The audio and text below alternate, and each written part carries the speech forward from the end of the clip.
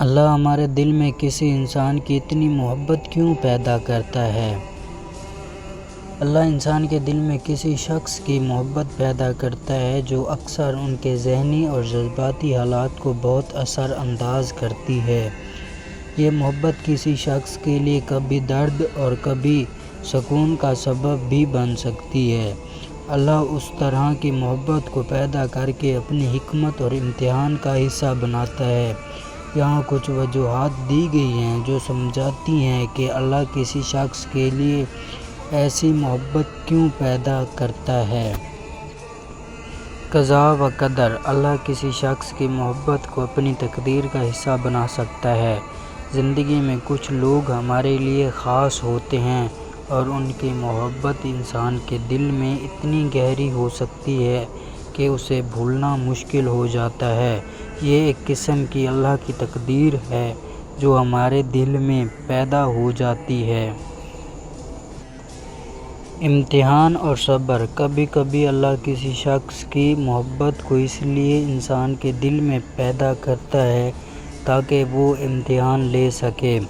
جب ہم کسی سے محبت کرتے ہیں تو ہمارا صبر، جذبات اور مقصد کا امتحان ہوتا ہے۔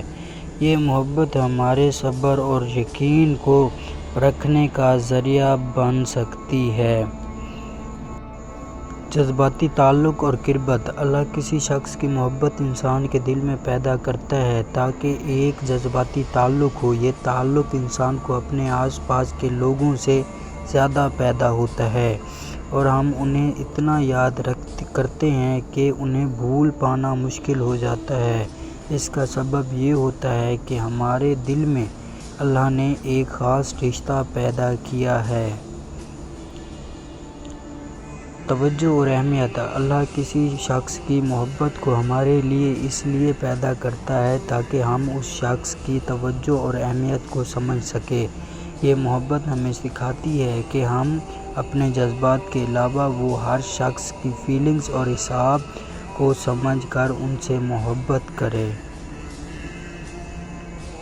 رحمت اور برکت: جب اللہ کسی شخص کی محبت انسان کے دل میں ڈالتا ہے تو یہ اس شخص کی طرف سے انسان کی رحمت اور برکت کا ذریعہ بھی بن سکتا ہے۔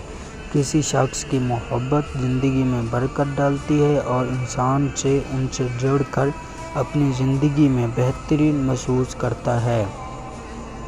شکر اور قدر: اللہ کسی شخص کی محبت اس لیے انسان کے دل میں پیدا کرتا ہے تاکہ اسے اپنی نعمتوں کا شکر ادا کرنے کا موقع ملے۔ جب ہم کسی شخص سے محبت کرتے ہیں تو ہم ان کی اہمیت کو سمجھتے ہیں اور اللہ کا شکر ادا کرتے ہیں کہ وہ شخص ہمارے لیے ساتھ ہے۔ دنیا اور آخرت میں ثواب: اگر محبت اللہ کی رضا کے لیے ہو تو اللہ کسی شخص کی محبت انسان کے دل میں ڈال کر اسے دنیا اور آخرت میں ثواب دے سکتا ہے۔ یہ محبت انسان کو اللہ کے راستے پر چلنے اور ایمان کو مضبوط کرنے کا ذریعہ بن جاتی ہے۔